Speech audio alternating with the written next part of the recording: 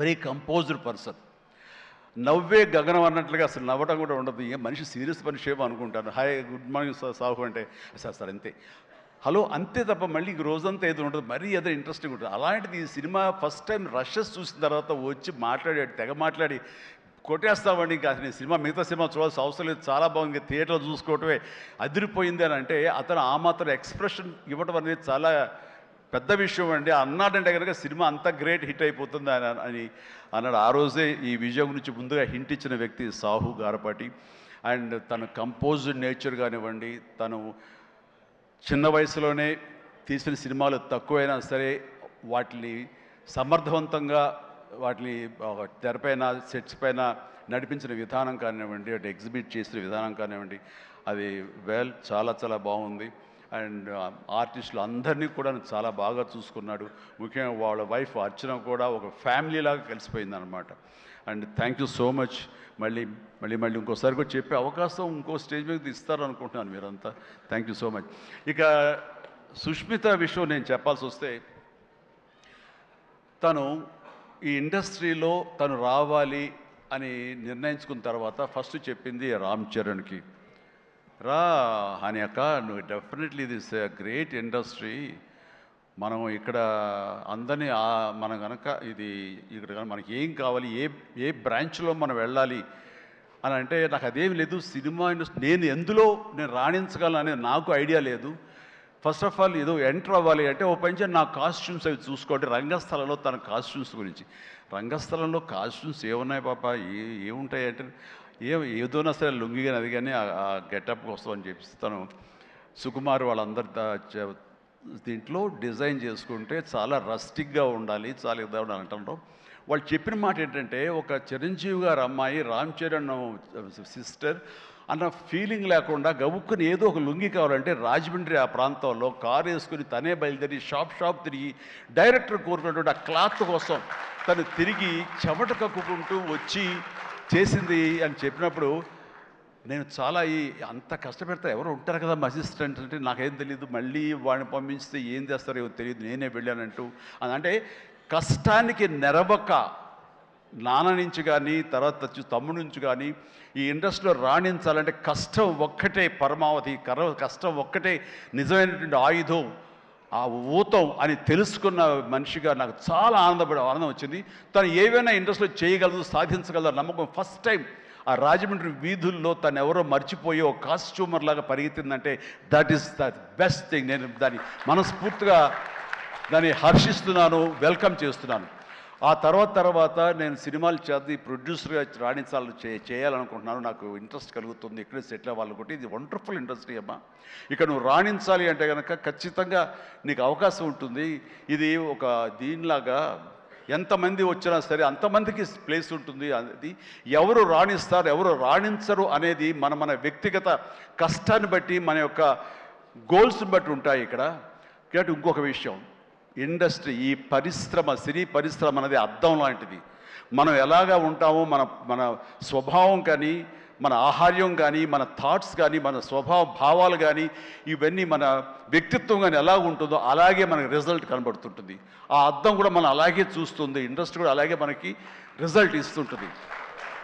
నీ వ్యక్తిత్వం బాగుండాలి, నీ అప్రోచ్ బాగుండాలి, నీ కష్టం బాగుండాలి, అంతకంత రిజల్ట్ ఇస్తానే ఉంటుంది ఇండస్ట్రీలో. దీన్ని కేర్లెస్గా ఉన్నా సరే, ఒక యాటిట్యూడ్ ఉన్నా సరే, చూద్దాంలేని అప్రమకంతో ఉన్నా సరే అది కూడా నీ పట్ల అప్రమకంగానే ఉంటుంది, ఏది అంతంత మాత్రంగా చూస్తుంది. నేను అనుభవపూర్వకంగా చెప్తాను. అన్నప్పుడు నేను ఫస్ట్ సినిమా చేయాలనుకుంటే మా ఇంట్లో ఉన్న హీరోస్ తోటి ఏ హీరో తను కాదంటారు, ప్రతి ఒక్కరిని ప్రతిరోజు కలుస్తుంది, ఒక కత్తి తెచ్చుకుంటే ఏ హీరో తను కాదంటారు.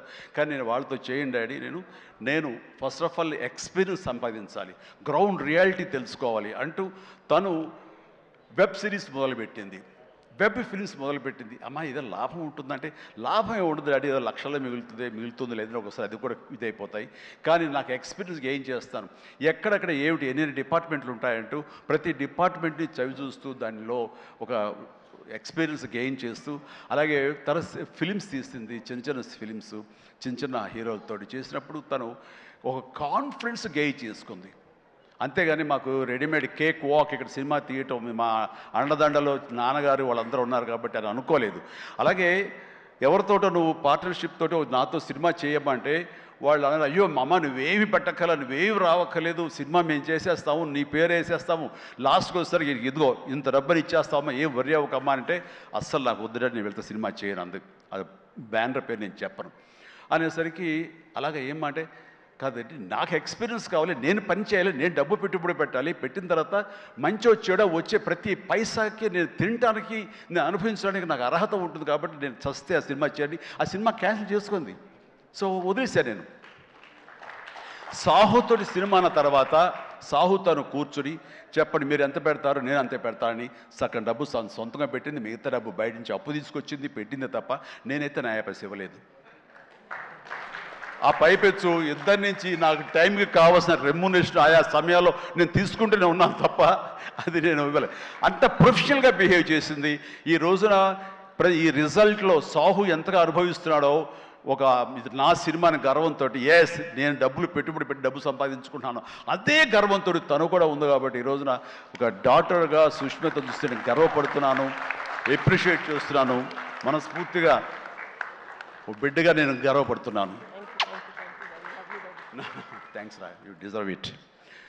సో అట్లాగా బిడ్డలు ఈ ఇండస్ట్రీలో రాణించాలి అంటే నిజంగా ప్రతి వాళ్ళు అది ఏ బిడ్డ అయినా అవని, ఆడబిడ్డ అవని, మగబిడ్డ అవని ఇండస్ట్రీలో రాణించాలి అంటే కనుక ఖచ్చితంగా ఎంకరేజ్ చేయాలి ప్రతి. ఇది గొప్ప ఇండస్ట్రీ అండి. ఇక్కడ ఎవరైనా రాణించలేదు, ఇక్కడ ఏదైనా నెగిటివ్ పీపుల్ ఉన్నారు, ఇక్కడ మాకు ఇలాంటి బిట్టర్ ఎక్స్పీరియన్స్ జరిగి అంటే కనుక అది నీ తప్పిదం అవుతుందని నేను అనుకున్న ప్రకారంగా నేను నమ్ముతున్నాను. నువ్వు స్ట్రిక్ట్గా ఉండి సీరియస్గా ఉంటే కనుక ఏ ఒక్కటి అడ్వాంటేజ్ తీసుకోవడానికి ప్రయత్నించారు, ఎలాంటి ఏదంటే క్యాస్ట్ కావచ్చు అలాంటివి ఏమి ఉండవండి. నీ బిహేవియర్ బట్టి ఉంటుంది. మీకుండే అభద్రతా భావంతో ఏమో అలాగేలా ఉండాలేమో అని ఉండకూడదు. ఎస్ నువ్వు ప్రొఫెషనల్గా ఉండు, అవతల కూడా ప్రొఫెషనల్గా ఉంటారు. ఈ ఇండస్ట్రీ అనేది ఒక అద్దం లాంటిది, నువ్వేమి ఇస్తావు తిరిగి నీకు అదే వస్తుంది. కాబట్టి ప్రతి ఒక్కరికి ధైర్యంగా పరిశ్రమకు రావాలి అనుకుంటే కనుక కృత నిశ్చయంతో, దృఢ సంకల్పంతో, హార్డ్ వర్క్ని ఆసరాగా చేసుకుని రండి. ఇది గొప్ప ఇండస్ట్రీ, మీరు అందరూ రాణిస్తారు, చేస్తారు. అది ఆడబిడ్డలు కానివ్వండి, మగవాళ్ళు కానివ్వండి, ఎవరైనా సరే. సో అది నేను వెల్కమ్ చేస్తున్నాను. దానికి ప్రత్యక్ష సాక్ష్యం సుష్మిత, అలాగే దత్తు గారి పిల్లలు స్వప్న దత్, ఇలాంటి వాళ్ళందరూ కూడా ఎంతోమంది, ఇది ప్రధానంగా ఇంత డిస్ట్రిబ్యూటర్స్ తరపునట్టు మాట్లాడిన సుప్రియ, వీళ్ళందరూ కూడా ఆ స్థాయి వాళ్ళు. అండ్ తర్వాత ఇక లాస్ట్ టైం నేను టెక్నీషియన్స్ గురించి పెద్దగా ఫోకస్ చేసి ప్రస్తావించాను, ఎందుకంటే లాస్ట్లో నాకు మైక్ ఇస్తారు, అది ఒక్కోసారి నాకు శాపం అవుతుంది, అందరి గురించి విస్తృతంగా మాట్లాడలేను. బట్ దీనికి సంబంధించి భాను, కోరియోగ్రాఫర్ భాను, అలాగే విజయ్, మన మీసాల పిల్ల తీసిన విజయ్ కానీ, అలాగే ఈ హుక్ స్టెప్ వేసి ఇప్పుడు సెన్సేషనల్గా అదరగొట్టినటువంటి ఆడ సందీప్ వైఫ్ జ్యోతి, వీళ్ళందరూ ఇది ఒక గొప్ప అవకాశం మాకు, మమ్మల్ని మేము ఎగ్జిబిట్ చేసుకోవడానికి, మమ్మల్ని మేము చూపించుకోవడానికి ఇది గొప్ప వేదిక. ఒకప్పుడు ప్రభుదేవ, తర్వాత లారెన్స్, ఇలాంటి వాళ్ళు ఎంతోమంది నన్ను ఆధారం చేసుకుని నన్ను నా మీద కంపోజ్ చేసి వచ్చారు. అండ్ అలాంటి భవిష్యత్తు మీ అందరికీ ఉంటుందని ఇప్పటికే అనుభవిస్తూ ఉంటుంటారు మీరు. ఆ జోష్ ప్లీజ్ అలాగే అనుభవించండి, మంచి ఫ్యూచర్ ఏర్పరచుకోండి. మీకు ఆల్ ద వెరీ బెస్ట్. కూర్చోండి. తర్వాత ఈ సినిమాకి లిరిక్స్ అందించేటువంటి కాసర్ల గారు, అలాగే రామ్ జోగ శాస్త్రి గారు, అనంత శ్రీరామ్ గారు, ఆదిపట్ల గారు, భాస్కర్ పట్ల గారు, వీళ్ళందరూ చాలా చక్కటి లిరిక్స్ ఇచ్చి అన్నీ బాగా చేశారు. అయితే వీళ్ళకి వెనకాల వెన్నెముక నిలబడి ఇవి నా ట్యూన్స్ ఇప్పుడు రాసుకోండి అని భరోసాగా ఇచ్చిన బీమ్స్, ఎక్సలెంట్ బీమ్స్. ఎందుకో తెలియదు, ఈవేళ ఉదయం నుంచి మీరు మధ్యాహ్నం నుంచి సారీ ఫంక్షన్ బీరేజ్ కొంచెం డల్గా ఉన్నారు, ఏంటి కారణం నాకు తెలియదు. ఏమైనా అప్సెట్ చేశాడా? నెక్స్ట్ పిక్చర్ తీసేద్దాం చెప్పండి మిమ్మల్ని. మీరు ఎంతంటే అంత ఎక్సలెంట్ భీమ్స్. అండ్ సినిమా ఆద్యంతం ఇది చాలా బాగా ఇచ్చావు. నేను ఇదివరకు సాంగ్ వినగానే చెప్పాను, ఇదివరకు విజయవాహిని వాళ్ళ సాంగ్స్ కానీ, మిస్ అమ్మ, ఇలాంటి సాంగ్స్ కొన్ని వింటుండగా లిరిక్స్ ఫస్ట్ వినపడేవి, ఆ తర్వాత వెనకాల మ్యూజిక్ వినిపించేది, మ్యూజిక్ డామినేట్ చేసేది కాదు. అండ్ అలాంటి ట్రెండు, అలాంటి ఒరవడి నడుస్తున్న ఈ సందర్భంలో మీరు చక్కటి మ్యూజిక్, ఒక పడవ ప్రయాణం లాంటి మ్యూజిక్ ఇచ్చారు. అందుకనే ఈ రోజున ప్రతి ఒక్క ఫ్యామిలీ కూడాను ఆ మీసాల పిల్లకి వాళ్ళు కనెక్ట్ అయిపోయారు, వాళ్ళు అది ఆస్వాదిస్తారు, అలాగే డ్యాన్సెస్ మనకు చూపిస్తారు. మిగతా సాంగ్ కానీ, అలాగే సంక్రాంతి సాంగ్ నా మీద, వెంకీ గారి మీద, ఆ సాంగ్ కానివ్వండి, ఏదిగా చెప్పండి ప్రతిది. అలాగే ర్యాప్ సాంగ్ మీరు అంత బాగా ఇస్తాను ఎవరు ఊహించలేదు, నేనే ఊహించలేదు అది. ఆ సాంగ్లో అంత బాగా దాన్ని కంపోజ్ చేసిన కుర్రవాడు వీళ్ళందరూ అన్ని చాలా బాగున్నాయి. అండ్ ప్రతి ఒక్కరికి ఈ సందర్భంగా నేను ధన్యవాదాలు తెలియజేస్తాను. మీ అందరి కంట్రిబ్యూషన్ లేకపోతే ఇంత ఇది మేము అనుభవించేవాళ్ళం కాదు. అండ్ ఇక ఈ సినిమా 85 డేస్లో ఫినిష్ అయింది అంటే నేను అనుకున్నా, అబ్బా వాట్ ఏ గ్రేట్ క్రెడిట్, అందరు ఇట్లా ఉండాలి అనుకున్నాను. కానీ దాని వెనకాల ప్రధానమైన పాత్ర వహించింది సమీర్ రెడ్డి, డిఓపి. నేను షార్ట్ మధ్య కొంచెం టీయో కాఫీయో ఏదో స్నాక్సో ఏదో తింటూ అలవాటు. షార్ట్ చేశాను, వెరీ గుడ్ అంటే ఇలా కూర్చోబోతుండగా షార్ట్ రెడీ అన్నారు. లెక్కకుండా నేను కూర్చోకుండా లేచిపోయాలి. అంత ఇది ఎగ్జాజరేషన్ కాదు, చేతిలో టీ కప్పు పక్కన పెట్టి వెళ్ళిపోయిన సందర్భాలు ఎన్నో ఉన్నాయి. అండ్ అంత ఫాస్ట్గా చేసే కెమెరామెన్ నేనైతే ఇంతవరకు చూడలేదు. అలాంటి కెమెరామెన్ ఫాస్ట్గా తీయటమే కాదు, అందంగా చూపించడం కానివ్వండి, లొకేషన్స్ బ్యూటిఫుల్గా చక్కగా చెక్కి వాటిని తెర మీద ఎక్కించడం కానీ, ఈ రోజున ఈ సినిమా ఇంత బడ్జెట్ లోపల ఇంత పర్ఫెక్ట్గా అయిందంటే ప్రధానమైన కారణం సమీర్ రెడ్డి.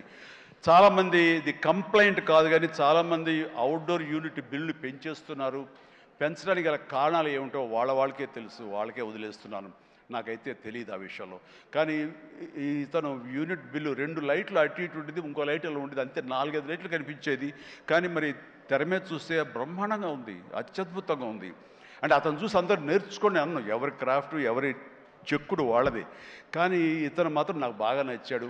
అండ్ ఇతని మన అనిల్ కూడా, వాళ్ళిద్దరికి మంచి సింక్రనైజేషన్ అయ్యింది.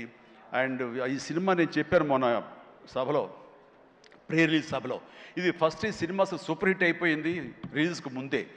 ఎందుకంటే బడ్జెట్ వైజ్గా కానీ డేట్ వైజ్గా కానీ with in the budget with in the limited టైంలో కానీ ఈ సినిమా ఫస్ట్ టైం ఇలా అయ్యింది.